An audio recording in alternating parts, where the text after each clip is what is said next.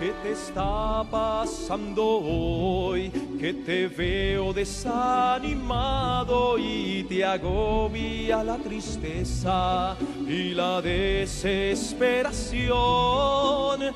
Veo tu fe desfallecer por cosas que suelen suceder. Ya no eres el de ayer, te veo retroceder porque buscas otros rumbos para ver la solución. Si tú sabes el camino que te da la salvación, te olvidaste del amor y las promesas del Señor.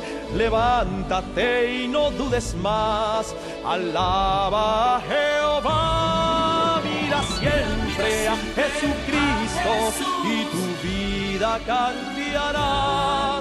Con la espada y la armadura de la fe tú vencerás. No te dejes doblegar, Satanás vencido está. Ya no hay tiempo para más, hay que continuar. Mira siempre a Jesucristo, la victoria tú tendrás. ¿Recuerdas ese amor que al principio tú sentías por la causa del Señor, pero hoy no sientes más? Es que Satanás es astuto y quiere verte desmayar, pero no le des el gusto.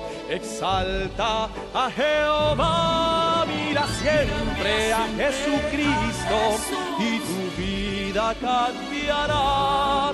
Con la espada y la armadura de la fe tú vencerás. No te dejes doblegar, Satanás vencido está.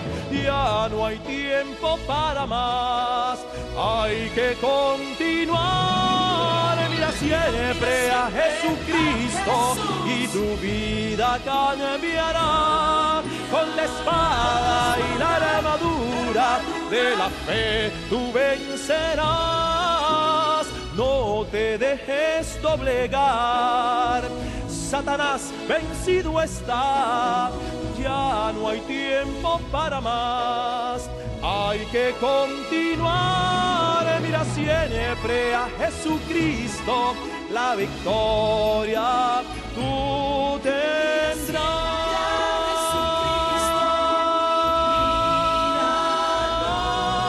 Mira siempre a Jesucristo, la victoria tú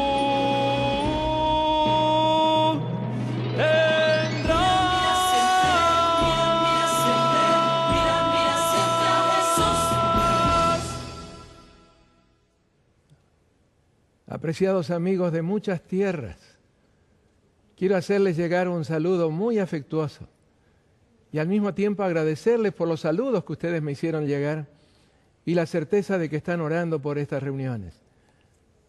Es una gran responsabilidad la que tengo. Siento el peso de la misma y por eso quiero agradecerles una vez más por las oraciones. Yo también estoy orando por ustedes.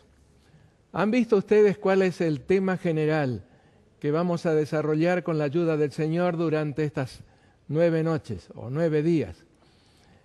El Apocalipsis y sus fascinantes misterios. Y usted me dice, ¿hay misterios en el Apocalipsis? La verdad que sí los hay. Por ejemplo, en el capítulo 1 ya encontramos el primero de los misterios, pero se van a dar cuenta ustedes apenas lo lea que el misterio queda contestado. El misterio queda resuelto. Aquí lo tengo en Apocalipsis capítulo 1, donde el Señor Jesús dice lo siguiente en el versículo 20. El misterio de las 7 estrellas que has visto en mi diestra y de los 7 candeleros de oro. Las 7 estrellas son los ángeles de las 7 iglesias y los 7 candeleros que has visto son las 7 iglesias. Resuelto el misterio. Hay otro misterio que se menciona en el capítulo 17, La verdad es que son dos misterios. No lo voy a explicar ahora, pero cuando llegue su momento probablemente lo vamos a hacer. Dice en el versículo 1, capítulo 17 del Apocalipsis, el verso 1.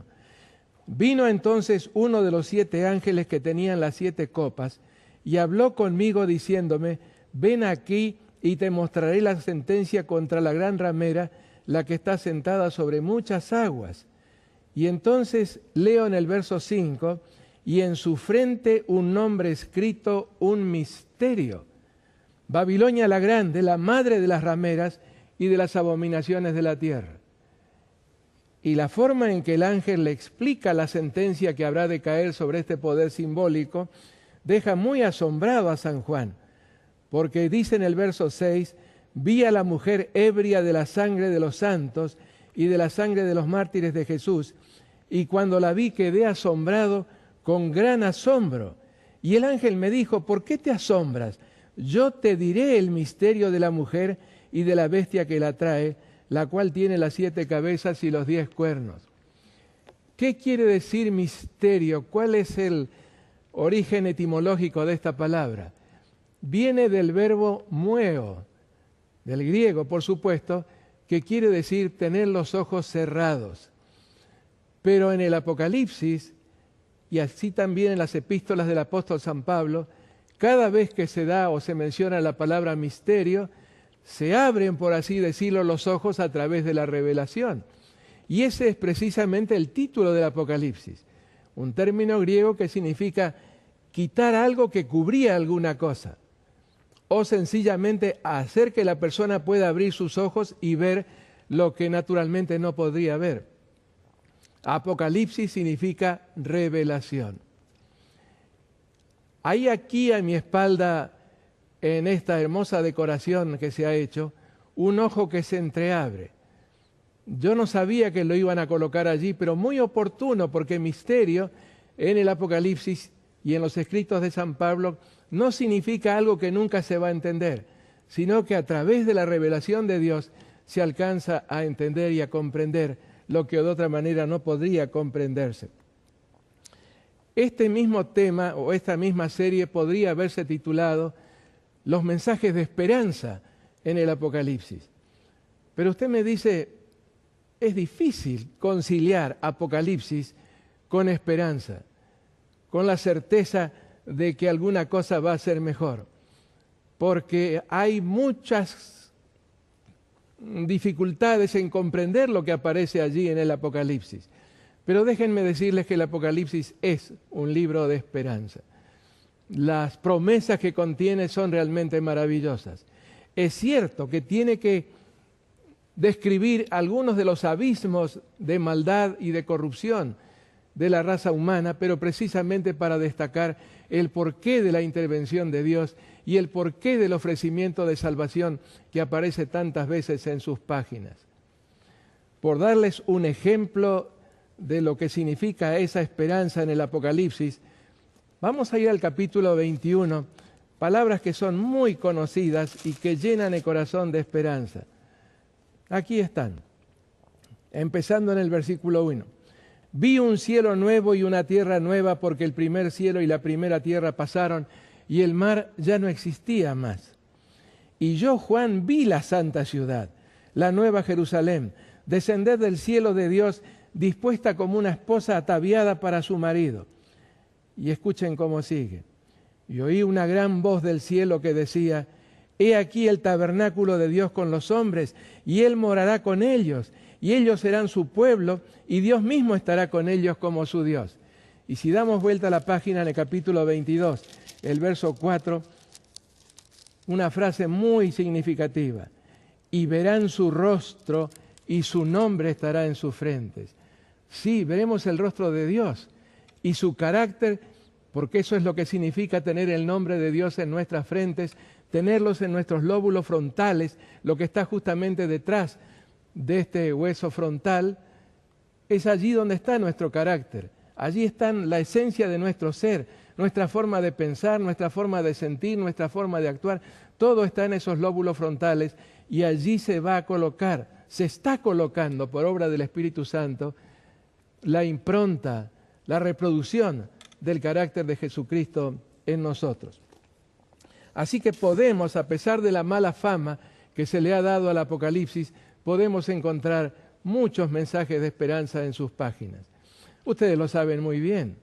Hablar de algo muy destructivo generalmente aparece en los medios de publicación con el adjetivo de apocalíptico, un desastre apocalíptico, alguna calamidad apocalíptica. Pero no es ese el significado del término apocalipsis, es revelación, vuelvo a decirles, algo que nosotros a través de nuestros poderes mentales jamás podríamos haber descubierto y que el Señor en su gran condescendencia lo ha revelado en las páginas de los libros sagrados, especialmente los libros proféticos, Daniel, que es la primera parte, y Apocalipsis, por supuesto, que es la segunda parte. En la última parte del año 2007, en Roma, en el Vaticano, se realizó una exposición y el título de esa exposición fue Apocalipsis, la última revelación. El que organizó todo fue un señor de nombre Alessio Gueretti, y cuando fue entrevistado por los periodistas, preguntando, pero ¿por qué se presenta algo así, que lejos de traer esperanza nos angustia, nos preocupa, nos llena de pánico? Me llamó mucho la atención la respuesta que dio este hombre. El Apocalipsis no es un libro de catástrofes, es el libro de la esperanza. Y la pregunta, por supuesto, es si hay fundamento para la esperanza. Porque lo que vemos alrededor, toda clase de señales, toda clase de acontecimientos, de calamidades, de guerras, de luchas, parecen indicar que no es realista pensar en que hay alguna esperanza. Y sin embargo, vuelvo a repetir, esa esperanza está allí. Porque el futuro que Dios nos revela es muy distinto de lo que estamos viendo ahora. Ese futuro va a desembocar en el restablecimiento de la eternidad, aquí sobre este planeta cuando llegue el momento de Dios. Hoy abundan como nunca antes toda clase de adivinos, agoreros, arúspices, adivinos, astrólogos, o como quiera llamárselos, pretendidos predicadores de esperanza. Y sin embargo lo que nos dicen, en el mejor de los casos, es ambiguo, no alcanza a convencernos y nunca se cumple. O si se cumple es realmente por una mera casualidad. ¿Cómo podríamos creerles cuando fallan tan miserablemente en sus predicciones? Y lo mismo tal vez podríamos preguntarnos en relación con el Apocalipsis.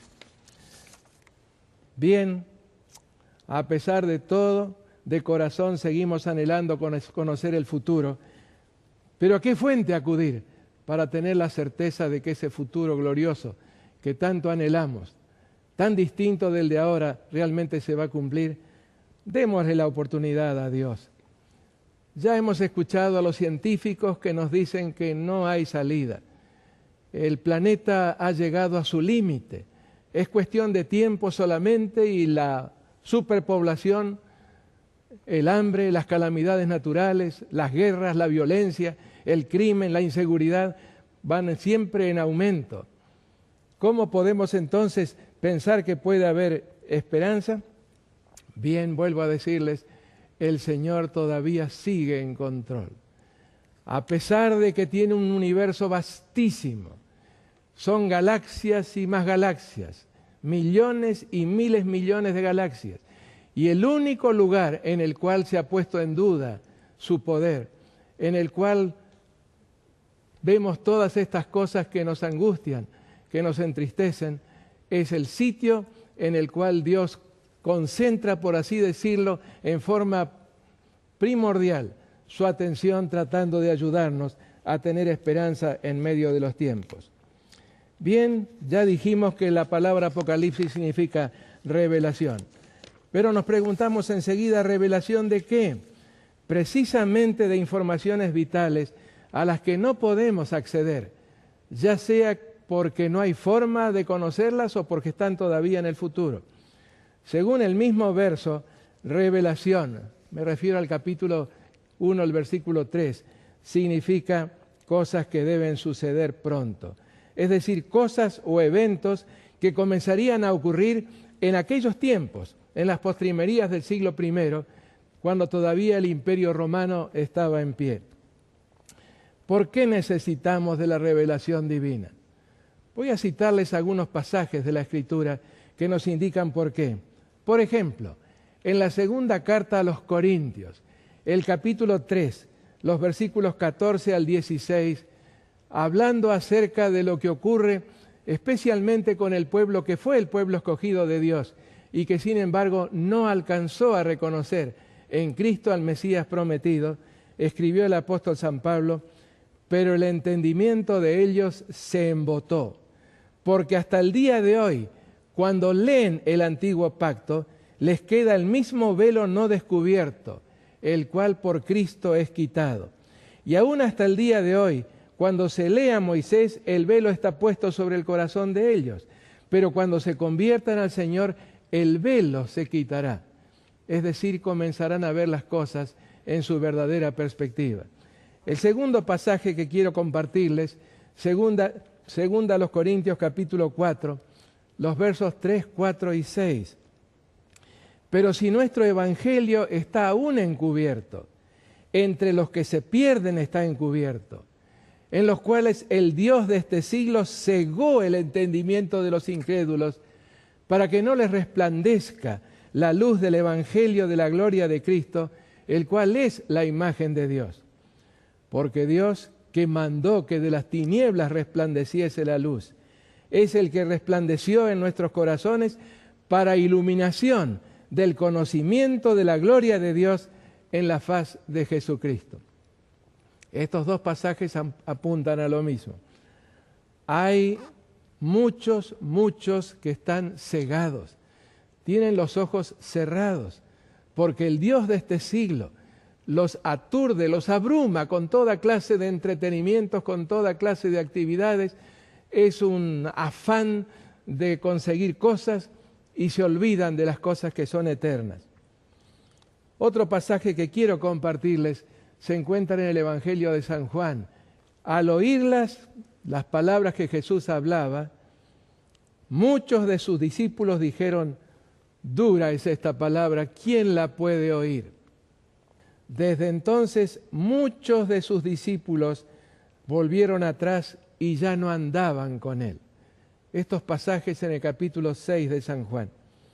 Y en el capítulo 7, porque ni aun sus hermanos creían en él. Y menciona, terminando el relato, cada uno se fue a su casa.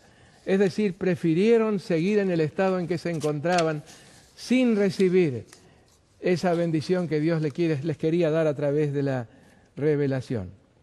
Un texto más en 1 Corintios, capítulo 2, los versículos 12 al 14. Y nosotros no hemos recibido el espíritu del mundo, sino el espíritu que proviene de Dios, para que sepamos lo que Dios nos ha concedido, lo cual también hablamos no con palabras enseñadas por sabiduría humana, sino con las que enseña el Espíritu, acomodando lo espiritual a lo espiritual. Pero el hombre natural no percibe las cosas que son del Espíritu de Dios, porque para él son locura y no las puede entender porque se han de discernir espiritualmente. Uno es el discernimiento natural, que trabaja con las cosas visibles, con las cosas con las cuales podemos experimentar. Pero otra es la percepción espiritual, que es obra del Espíritu Santo, cuando permitimos que nos abra los ojos. Y entonces tenemos el discernimiento espiritual que nos ayuda a entender las cosas espirituales. Desde muy temprano hubo hombres de Dios que llamaron la atención a las profecías. Tal vez el que más me impresiona es Salomón. Escribiendo en Proverbios, el capítulo 29 y el verso 18, escribió: sin profecía el pueblo se desenfrena. ¿Qué quiso decir con esto el sabio Salomón? Que sin la orientación profética, sin la orientación procedente de Dios, podemos perder el rumbo. Nos olvidamos de la razón de nuestra existencia. ¿Para qué estamos en este mundo? Sin profecía el pueblo se desenfrena. Pero termina, mas el que guarda la ley es bienaventurado. No vamos a escuchar interpretaciones proféticas de aquellos que no guardan la ley de Dios. Pero si a través del estudio de la palabra nos manifestamos dispuestos a acatar la voz de Dios y a seguir lo que Él nos dice, entonces tendremos discernimiento espiritual que nos ayudará a entender las cosas espirituales. Tal vez ustedes recordarán, apreciados amigos, lo que aconsejó el rey Josafat allí en el siglo IX a.C. al pueblo judío, es decir, al reino del sur, el reino de Judá. Tres ejércitos sin ningún tipo de provocación de parte de los judíos se habían complotado para tomar el reino, para destruirlos. El rey no sabía cómo hacerles frente. Revistó sus tropas y por supuesto no eran suficientes para enfrentar esa triple alianza. Y cuando el ejército de todos modos salió por indicación de un profeta enviado por Dios, el rey, parado sobre el muro, les decía a las fuerzas que iban saliendo, a lo que parecía una muerte segura: creed en Jehová vuestro Dios y estaréis seguros. Creed a sus profetas y seréis prosperados. Este texto está en el segundo libro de las Crónicas, el capítulo 20 y el verso 20. Y permítanme repetirlo, porque el Apocalipsis nos habla de una triple alianza que está en formación y que va a ser causa de mucho sufrimiento sobre este planeta, especialmente para el pueblo de Dios. Esas palabras de Josafat nos llegan a través de los siglos, diciéndonos: creed en Jehová vuestro Dios y estaréis seguros. Creed en sus profetas y seréis prosperados. El profeta Amós dejó consignadas en el capítulo 3, el versículo 7, estas palabras: porque no hará nada Jehová el Señor sin que revele su secreto a sus siervos los profetas. Por supuesto, no está hablando de las cosas que Dios hace en el universo, pero en las que tienen que ver con este planeta y especialmente con su pueblo, Amós nos dice: Dios no hará nada sin que revele su secreto a sus siervos los profetas. Y lo que tenemos en la palabra de Dios son precisamente las revelaciones de esos secretos, de ese conocimiento que Dios quiere que tengamos para hacer frente exitosamente a los problemas y las dificultades que habrán de sobrevenir. Otro profeta de los menores, Oseas en este caso, en el capítulo 12 y el verso 13, nos da esta seguridad: y por un profeta Jehová hizo subir a Israel de Egipto, y por un profeta fue guardado. Nosotros somos el pueblo de Dios hoy, aquellos que hemos aceptado las providencias de Dios para nuestra salvación. Y se nos da la certeza de que así como Dios dirigió en el pasado a su pueblo mediante profetas, en este caso Moisés, también está dispuesto a seguir brindando la misma protección, la misma seguridad, hasta que lleguemos al puerto deseado a través de las profecías. El día de la resurrección, Jesús se dirigió por el camino que iba de Jerusalén a Emaús, al encuentro de dos discípulos. De uno de ellos solamente conocemos el nombre, Cleofas, del otro no conocemos nada. Eran dos. Iban muy apesadumbrados. Habían estado en Jerusalén, habían presenciado los acontecimientos de la Semana de la Pasión, habían visto a Cristo ser descendido de la cruz y colocado en la tumba nueva, en el sepulcro nuevo de José de Arimatea. Y ahora iban de regreso a su hogar con la idea de que todo se acabó. Pensábamos que Él habría de redimir a Israel, pero todo se acabó. Iban desanimados. Jesús se les acercó y les preguntó: ¿qué están ustedes meditando? ¿Por qué están así tan entristecidos? Y ellos le contestaron sin reconocerlo.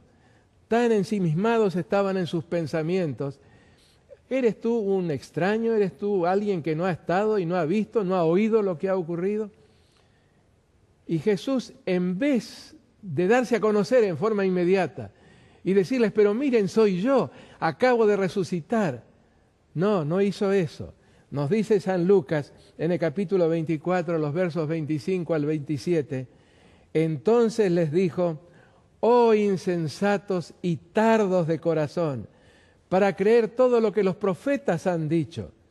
¿No era necesario que el Cristo padeciera estas cosas y que entrara en su gloria? Y miren cómo sigue. Y comenzando desde Moisés y siguiendo por todos los profetas, les declaraba en todas las Escrituras lo que de él decían. Él no se dio a conocer de inmediato, simplemente les dio a conocer las profecías que él mismo había inspirado a los profetas a través de su espíritu. Y de esa manera el panorama emocional cambió completamente para estos dos hombres. Momentos después, cuando reconocieron a Jesús, dijeron, ¿no ardía nuestro corazón dentro de nosotros cuando escuchábamos lo que Él nos decía en relación a las profecías? Y hay un texto que quiero leer con mucha calma porque es sumamente importante. Es una declaración de San Pedro en su segunda carta. Segunda de San Pedro, el capítulo 1, y vamos a comenzar en el verso 19. Pero tal vez antes de eso, vamos a ubicarnos un poquito en el contexto de lo que está diciendo el apóstol. El apóstol dice, las cosas que les hemos presentado a ustedes, las cosas que les hemos predicado, no son fábulas, no son invenciones. Nosotros vimos su gloria, y se refirió a él, por supuesto, a la experiencia en el monte de la transfiguración.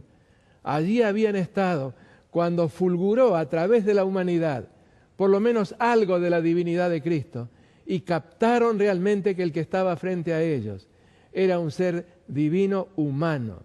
No solamente el hombre con el cual habían andado, sino también se destacó allí la divinidad de Jesús. Pero San Pedro dice, hay algo más importante todavía que esas emociones o esas circunstancias por las cuales podamos pasar. Y escribe en el capítulo 1, segunda de San Pedro, capítulo 1, los versículos 19 hasta el 21. Aquí están las palabras del apóstol que pasó por esa experiencia tan conmovedora y tan impresionante como fue la transfiguración del Señor Jesús. Tenemos también la palabra profética más segura, a la cual hacéis bien en estar atentos, como a una antorcha que alumbra en lugar oscuro hasta que el día esclarezca y el lucero de la mañana salga en vuestros corazones. Impresiones pueden ser realmente muy cargadas de emotividad y sin embargo con el tiempo desaparecen, se debilitan, se esfuman. Pero hay algo que es permanente y eso permanente es la palabra profética y es segura, dice el apóstol. Y dice, hacéis bien en estar atentos como si fuera una antorcha alumbrando el lugar oscuro. ¿Y cuál es el lugar oscuro? Por supuesto es el futuro. Y en el verso 20 hay una advertencia. Entendiendo primero esto, que ninguna profecía de la Escritura es de interpretación privada. ¿Cuándo es una interpretación privada? ¿Cómo podemos reconocerla? Simplemente comparando lo que otros escritores bíblicos dijeron acerca de lo mismo. Los santos hombres de Dios, dice el versículo 21, fueron los que nos dieron la profecía, porque nunca la profecía fue traída por voluntad humana, sino que los santos hombres de Dios hablaron siendo inspirados por el Espíritu Santo. Este pasaje no podemos pasarlo por alto toda vez que abrimos la palabra para estudiar las profecías. Por supuesto, nunca deberíamos abrir la palabra sin oración. Y el Espíritu de Dios nos va a guiar en la comprensión de aquello que fue anticipado por el mismo Espíritu, por indicación de Dios para nuestra orientación para nuestra certeza y nuestra seguridad en medio de los tiempos.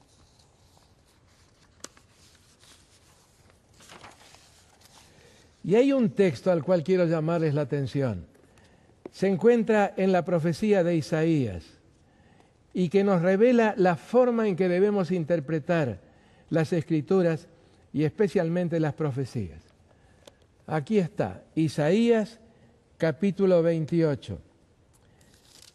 Y leo en el versículo 13. Estas son palabras que Isaías dirigió por inspiración divina a un pueblo rebelde, a un pueblo que no quería reconocer la conducción divina, la orientación divina.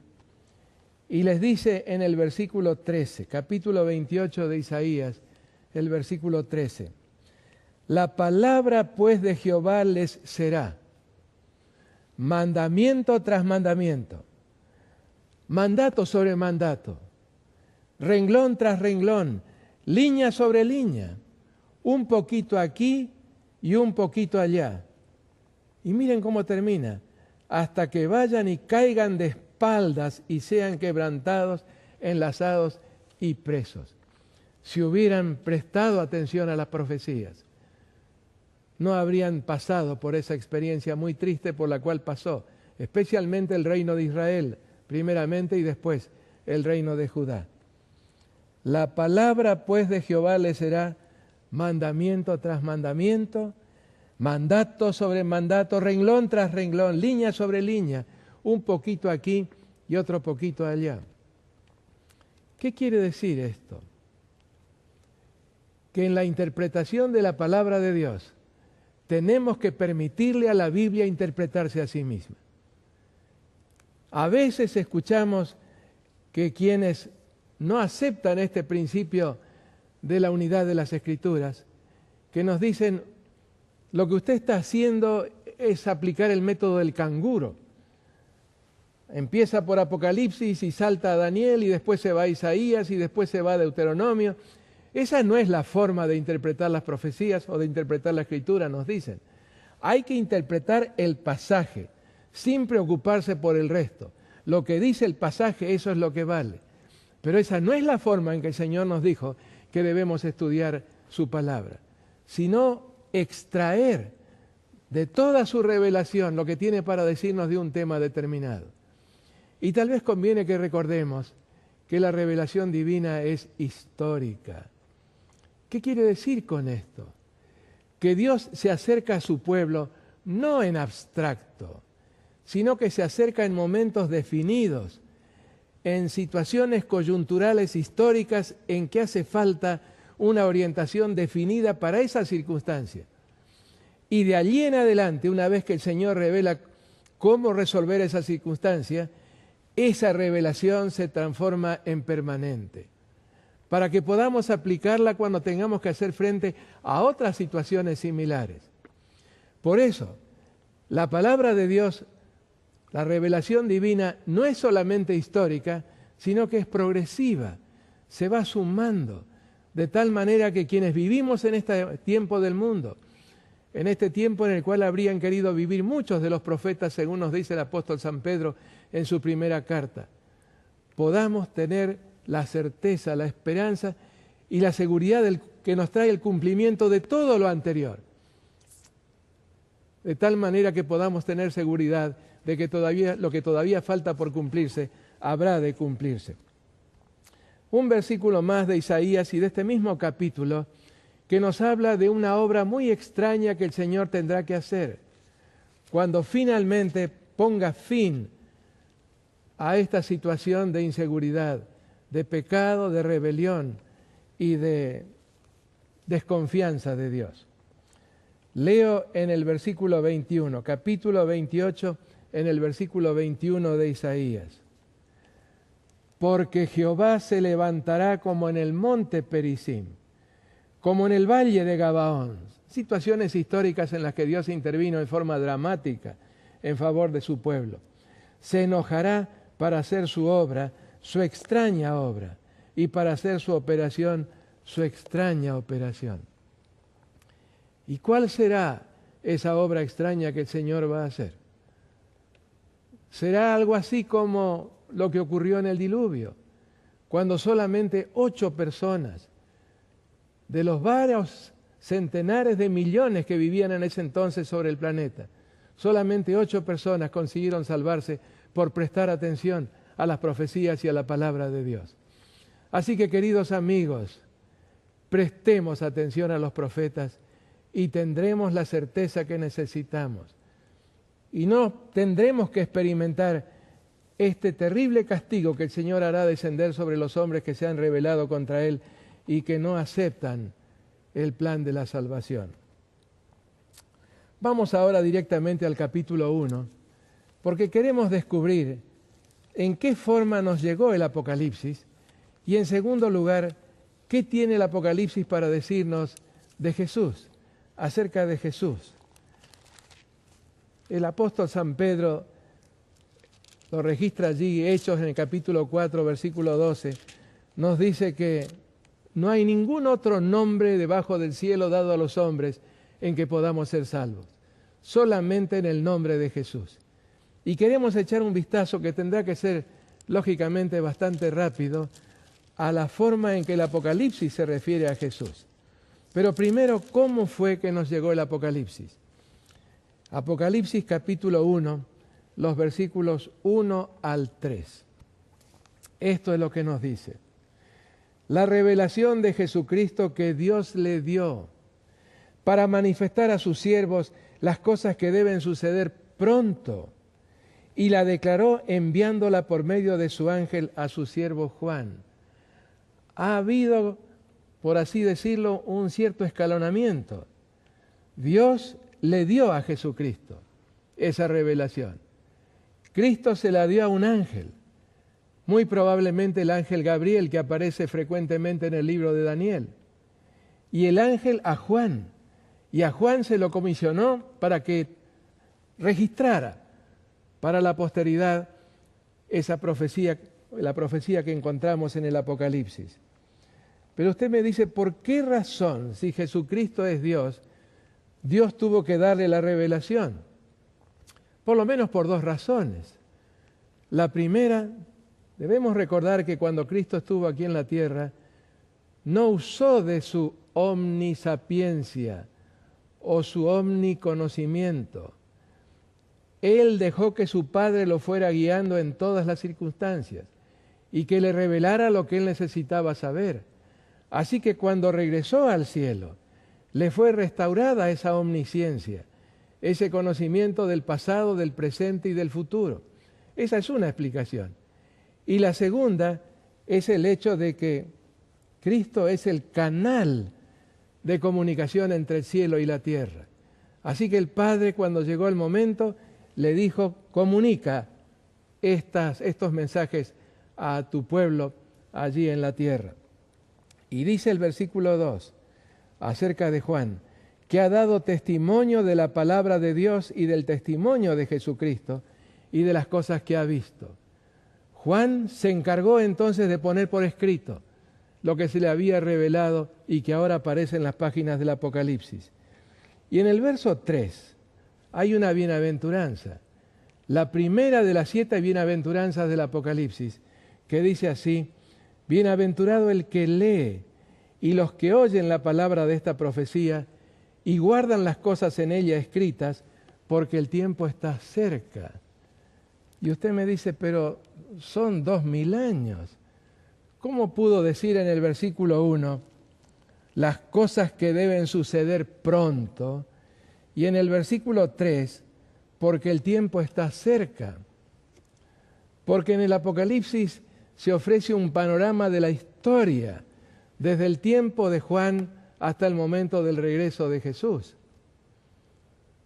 En otras palabras, está periodizada la historia. Y había cosas que correspondían en esa revelación a la iglesia de los días de Juan que sí empezaron a cumplirse en forma inmediata. Había que transmitírsela porque de esa manera podían estar preparados para hacer frente a los problemas que podía colocarles el enemigo en el camino de la salvación. Y cada generación, desde el tiempo de Jesús hasta nosotros, tuvo su pronto y tuvo su cerca en cuanto al cumplimiento. Cada generación supo, de verdaderos cristianos, supo discernir qué porción del Apocalipsis se aplicaba específicamente a ella, a esa generación. Las cosas que deben suceder pronto comenzaron en los días de San Juan. Y en nuestra generación hemos recibido el pronto de todos los prontos, por la certeza que tenemos de que la venida del Señor está realmente a las puertas. Porque el tiempo está cerca, claro que sí, no el tiempo de su regreso, sino el tiempo en que comenzarían a cumplirse las cosas que Él reveló a San Juan para que dejara por escrito para su iglesia aquí en la tierra. Y San Juan menciona varias cosas más aquí en el capítulo 1 a la manera de una introducción. Dice, por ejemplo, el verso 4, Juan a las 7 iglesias que están en Asia. Gracia y paz a vosotros del que es, y que era, y que ha de venir, y de los 7 espíritus que están delante de su trono. Y añade San Juan, y de Jesucristo, el testigo fiel, el primogénito de los muertos, el soberano de los reyes de la tierra, el que nos amó y nos lavó de nuestros pecados con su sangre. Y en el verso 7 es la primera declaración relacionada con el regreso de Jesús. La bienaventurada esperanza, como la llamó San Pablo, escribiendo a Tito en el capítulo 2, versículo 13. Dice, he aquí que viene con las nubes, y todo ojo le verá, y los que le traspasaron, y todos los linajes de la tierra harán lamentación por él. Sí, amén. El regreso de Jesús. La esperanza de los cristianos a través de todos los tiempos. Y San Juan dice que habrá de venir y todo ojo le verá, y los que le traspasaron. No va a venir en forma secreta. Es cierto que San Pablo y San Pedro dicen que vendrá como ladrón en la noche, pero el escenario que presenta especialmente San Pedro es un escenario muy sonoro. Los elementos ardiendo serán deshechos. Todo va a cambiar en relación con el regreso de Jesús. La destrucción será total, salvo en el caso del pueblo de Dios, que será rescatado precisamente en la segunda venida de Cristo. Y aquí menciona los que le traspasaron. Evidentemente habrá una resurrección especial de aquellos que más se destacaron persiguiendo a Cristo a través de los tiempos. Cristo se lo dijo al Sanedrín en el momento en que lo estaban condenando. No me veréis más hasta que me veáis regresando en las nubes de los cielos. Se refirió precisamente al momento de su regreso. Hay mucho más aquí en este capítulo 1 que hace las veces de una introducción. San Juan nos cuenta cuáles eran las circunstancias por las que estaba pasando. Yo, Juan, vuestro hermano, y copartícipe en la tribulación, en el reino y en la paciencia de Jesucristo, estaba en la isla llamada Patmos por causa de la palabra de Dios y del testimonio de Jesucristo. Ese verbo estaba en el original hace muy claro que esa isla no era su residencia habitual. Él estaba allí no por su voluntad. Había sido confinado por el segundo emperador que persiguió a los cristianos. El primero fue Nerón, que entre los años 64 y 68 persiguió terriblemente a los cristianos. Y el segundo fue Domiciano, que fue emperador de Roma entre los años 81 y 96, cuando fue asesinado. Este emperador, Domiciano, comenzó a tener sueños de grandeza. Comenzó a exigir que se lo llamara con el título griego Kurios, que quiere decir Señor, pero Señor no en el sentido de un ser humano, sino de un ser suprahumano, un ser divino. Y los cristianos llamaban a Cristo Kurios. A Cristo le daban el título de Señor. Y cuando llegó a oídos de Domiciano que había un grupo de individuos en su reino que llamaba a otro ser Kurios y no estaba dispuesto a llamarlo a él de esa forma, lanzó una terrible persecución contra ellos. Y alguien le pasó la información a Domiciano que había un anciano, especialmente en la zona de la provincia romana de Asia, que era el que dirigía a todos los cristianos.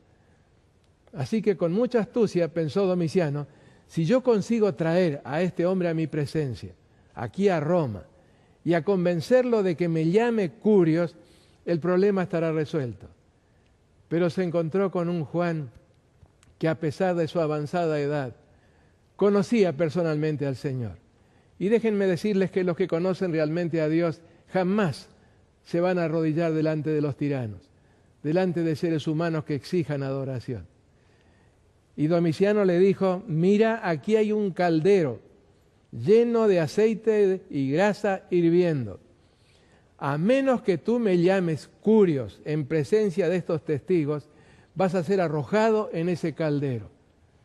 San Juan se mantuvo incólume, no se dejó asustar, no se dejó doblegar y fue arrojado en ese caldero. Pero el mismo Señor que salvó a los 3 jóvenes hebreos de las llamas del fuego de ese horno que Nabucodonosor había encendido en la planicie de Dura para quemar a cualquiera que no rindiera homenaje a Babilonia en la figura de esa estatua que él había levantado, ese mismo Dios intervino. Y a San Juan no le pasó absolutamente nada dentro de ese caldero que estaba ardiendo al máximo. Y ahora este emperador supersticioso gritó que lo sacaran a este anciano de su presencia. Y cuando le preguntaron qué hacemos con él, ordenó que lo confinaran en ese penal romano en la isla de Patmos, una isla pequeñita. Y allí estaba este siervo de Dios, sin posibilidad alguna de tener algún contacto con los miembros de sus queridas iglesias. No sabemos cuánto tiempo estuvo allí, probablemente unos 4 o 5 años. Cuando fue asesinado Domiciano, el emperador Nerva lo sacó de ese exilio y lo volvió otra vez a sus iglesias. Y aquí el mensaje que Dios le da a San Juan es especialmente para las 7 iglesias. Pero volviendo a las circunstancias, leímos recién el versículo 9 donde Juan se identifica. Y fíjense ustedes que no usa ningún título que podría haber utilizado. Podría haberles dicho, yo soy el dirigente de la iglesia cristiana. Él podría haber aludido al hecho de que era un discípulo de Cristo. Podría haber dicho que era el último que sobrevivía de todos los discípulos, que seguramente el Señor tenía un plan especial para él. Se presenta simplemente como yo, Juan, vuestro hermano y copartícipe vuestro en la tribulación. Qué palabra linda es la tribulación. No experimentarla, pero lo que significa y en lo que produce. Tribulación es una palabra que viene del latín, de tribulare. El tribulo era una especie de palo, más que palo, una tabla no demasiado ancha, con la cual se castigaba, se trillaba el trigo al que previamente se había colocado en una bolsa. Es decir, con ese palo se daban golpes sobre la bolsa de tal manera que el grano de trigo se separara de la paja. Y esa palabra se incorporó al lenguaje de los cristianos. Tribulación es experimentar dificultades y problemas que nos acercan a Dios, nos ayudan a vivir una vida cristiana más consecuente, nos purifican de nuestras imperfecciones. Nos llama mucho la atención lo que dice San Juan en el versículo 10, siempre contando las circunstancias. Bueno, en el versículo 9 a mí me llama la atención que él no eche la culpa de su exilio en Patmos a Domiciano. Él podría haber dicho, este infame tirano que está haciendo tanto daño al pueblo de Dios, él es el culpable de que yo esté aquí. Pero qué distinta es la forma en que él interpretaba su problema.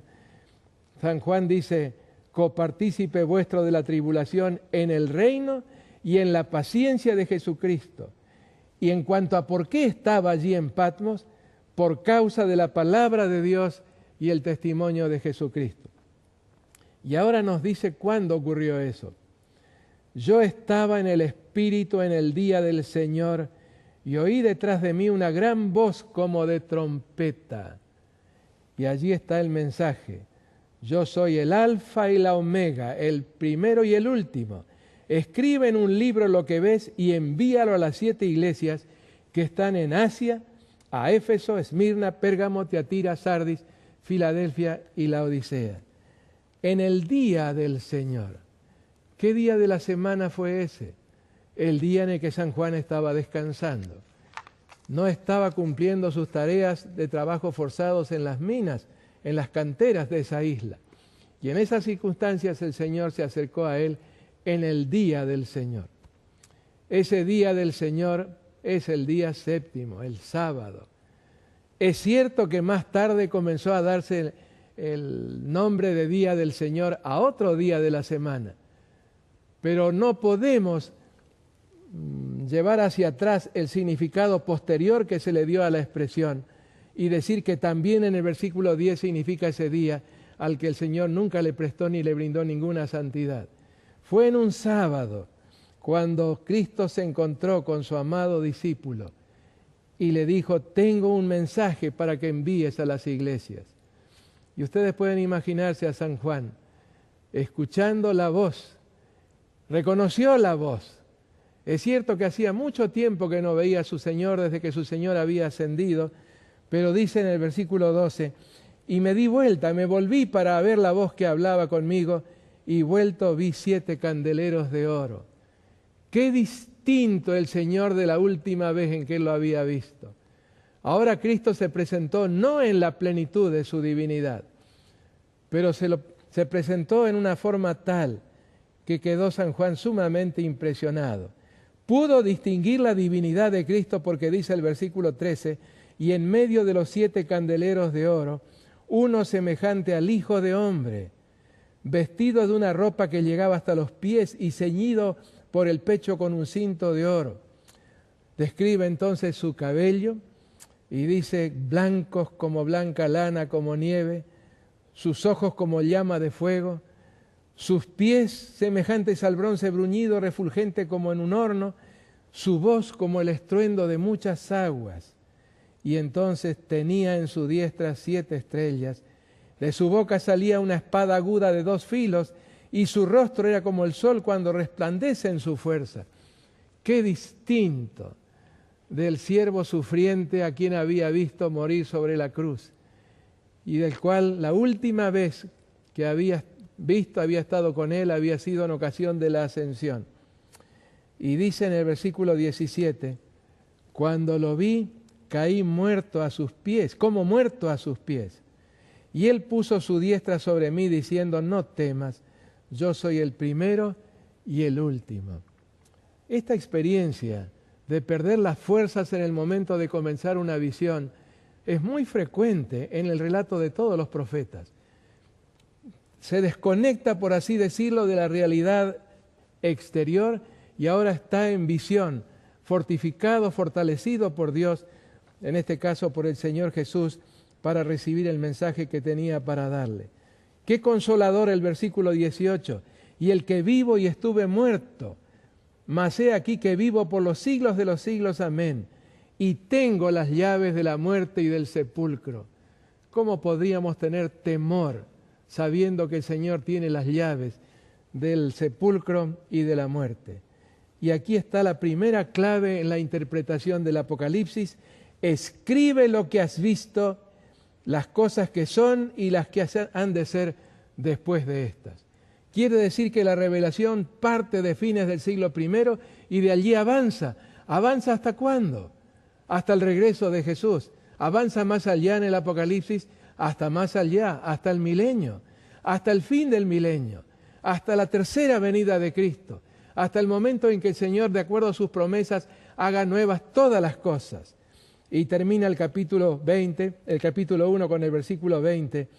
El misterio de las 7 estrellas que has visto en mi diestra y de los 7 candeleros de oro. Las 7 estrellas son los ángeles de las 7 iglesias y los 7 candeleros que has visto son las 7 iglesias. Qué maravilla el Señor caminando entre las iglesias. Él sabe lo que pasa en cada iglesia.